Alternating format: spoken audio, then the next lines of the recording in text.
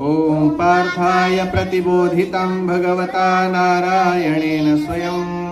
व्यासेन ग्रथितं पुराणमुनिना मध्ये महाभारतम्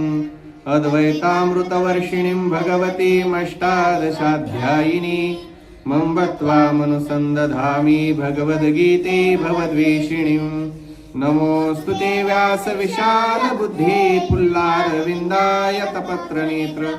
येन त्वया भारततैलपूर्णः प्रज्वालितो ज्ञानमयः प्रदीपः प्रपन्नपारिजाताय स्तोत्रवेत्रैकपाणये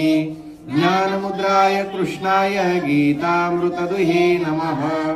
वसुदेवसुतं देवं कंसचाणूरमर्दनं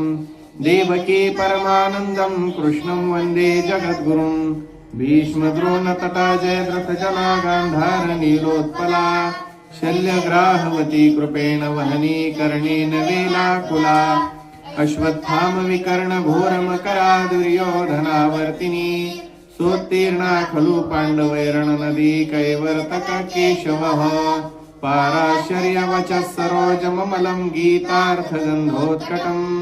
नानाख्यानककेसरं हरिकथा सम्बोधनाबोधितम्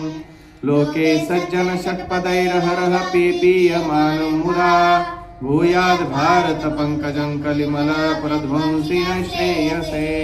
मूकं करोति वाचालं पङ्गुं लङ्घयति गिरिं